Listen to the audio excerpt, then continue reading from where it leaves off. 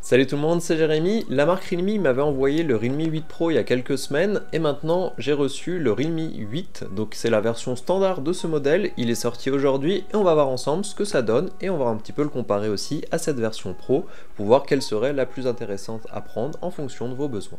Si vous êtes nouveau sur la chaîne, n'hésitez pas à aller faire un tour sur les autres vidéos et à vous abonner au passage et on commence tout de suite. Niveau emballage, on aura la même expérience de déballage, les boîtes sont quasi identiques si ce n'est la mention Pro sur le modèle précédent.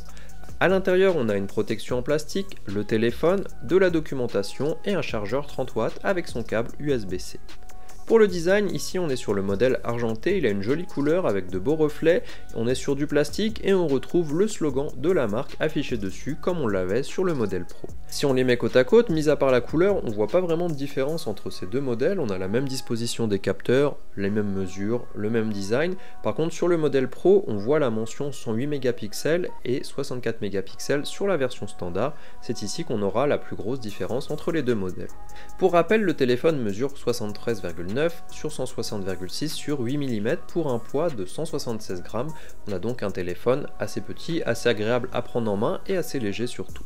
Sur le côté droit, on retrouve le bouton Power et Volume, sur le dessous, le port USB-C, un micro, le port jack et un haut-parleur. Ici on n'aura pas de stéréo, sur le dessus un deuxième micro et c'est tout. Sur le côté gauche, le lecteur de carte SD et les dual SIM. Le lecteur d'empreintes se trouve sous l'écran et fonctionne très bien, j'ai pas eu de soucis particuliers avec, c'est rapide et ça fait très bien ce qu'on lui demande. Pour la partie écran, on va avoir un écran Super AMOLED Full HD+, avec une résolution de 1080 sur 2400 pixels, un taux de rafraîchissement de 60 Hz et 890 nits en luminosité. On va aussi avoir un taux d'échantillonnage de 180 Hz. Ici on a donc le même écran qu'on aura sur le 8 Pro, donc c'est un écran de très bonne qualité, les contrastes sont là, les couleurs sont belles aussi, on aura aussi une possibilité de voir facilement à l'extérieur étant donné qu'on a pas mal de luminosité, donc ça c'est toujours des bons points. Par contre le seul souci c'est qu'on a toujours un taux de rafraîchissement de 60 Hz, donc sur la version standard c'est pas forcément un très gros souci, sur la version Pro on aurait quand même aimé avoir quelque chose d'un peu plus rapide, peut-être du 90 Hz ou du 120 Hz comme ça se fait maintenant chez les concurrents,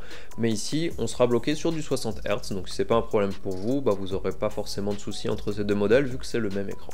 On notera aussi la présence d'une protection d'écran déjà installée, tout comme le Pro, on a aussi une jolie animation quand on passe en mode selfie qui vient autour du capteur. C'est un petit détail mais c'est toujours sympa. Pour la partie puissance, le téléphone contient un processeur Mediatek Helio G95, j'ai ici la version 6 Go de RAM avec du 128 Go de stockage en UFS 2.1, on a aussi une version 4 Go de RAM et 64 Go de stockage. Sur le Pro, on a par contre un Snapdragon 720G et j'avais aussi 8 Go sur ma version qui est ici. Si on compare les benchmarks sur AnTuTu, on obtient un score de 356 341 sur la version standard contre 346 045 sur le Pro, sur PCMark 9663 contre 8587 et enfin sur 3DMark Wildlife qui se concentre sur la partie graphique 1486 avec un FPS moyen de 8,90 contre 1048 et un FPS moyen de 6,30. On voit finalement que le Realme 8 est plus intéressant au niveau de la puissance, il est plus puissant, ça se voit dans les benchmarks, ça se voit aussi finalement dans les jeux vidéo, donc je vous remets pas forcément des images de jeux vidéo parce que finalement tous les jeux qui fonctionnaient sur le 8 Pro vont fonctionner sur le 8, mais même un petit peu mieux parce qu'on a un petit peu plus de puissance, donc c'est toujours agréable parce que même à l'utilisation on voit qu'il est légèrement plus rapide, légèrement plus fluide, donc c'est assez surprenant finalement de voir que la version standard est meilleure sur ce point que la version Pro. Alors pour la partie audio, comme dit avant, ici on n'aura pas de stéréo. On a par contre un port jack, donc c'est toujours agréable d'avoir ce port jack de disponible si vous êtes encore sur des écouteurs ou des casques filaires. Le son est bon et correct, il est aussi fort, mais c'est vrai qu'on aurait aimé avoir de la stéréo pour être un petit peu plus immergé dans l'action quand on regarde un film, quand on joue aux jeux vidéo. Je vous mets quand même un exemple pour que vous puissiez voir ce que ça donne. Pour les 4 capteurs photo qu'on verra un peu plus loin dans le coin supérieur gauche, le revêtement est en plastique et il a l'avantage de ne pas prendre des traces de doigts.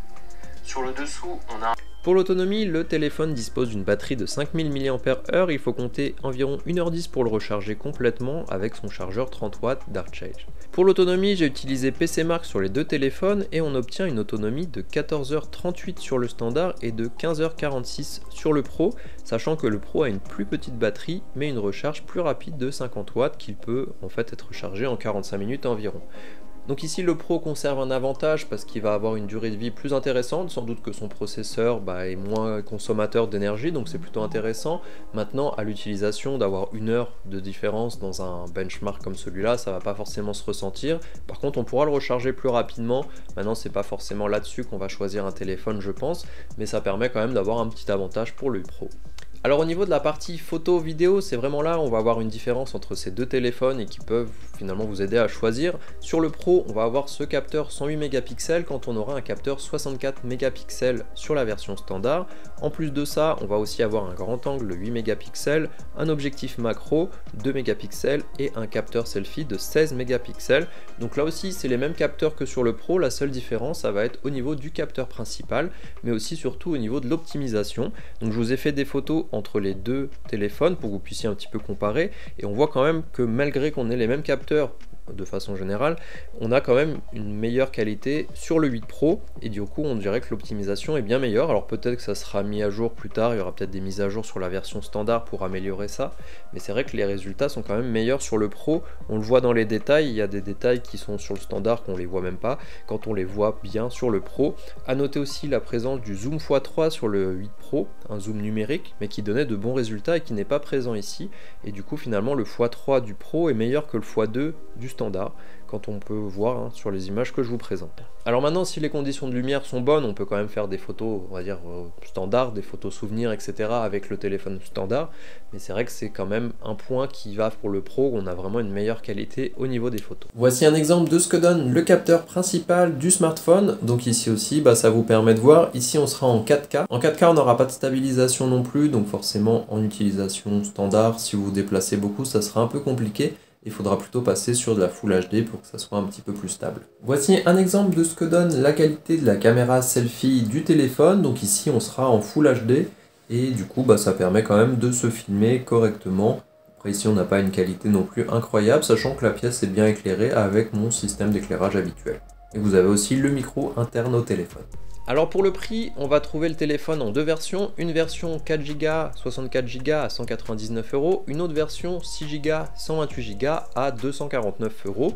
Pour rappel, le 8 Pro est lui commercialisé à 300 € dans sa version 8Go, 128Go de stockage. Pour conclure, ici on a un téléphone qui reste très proche du 8 Pro, déjà au niveau du design, au niveau de la légèreté, au niveau de l'écran c'est la même chose, niveau autonomie il y a un petit plus pour le Pro mais c'est pas forcément une très grosse différence. Là on va avoir une vraie différence, c'est à la fois sur la partie photo, le 8 Pro est bien au-dessus, il y a quand même une meilleure qualité. D'un autre côté, sur le 8 standard, on va avoir une meilleure puissance, donc du coup on aura un téléphone plus puissant. Donc si vous cherchez un téléphone plutôt pour jouer au jeu ou pour faire des tâches qui demandent des ressources, le 8 sera plus intéressant que le 8 Pro.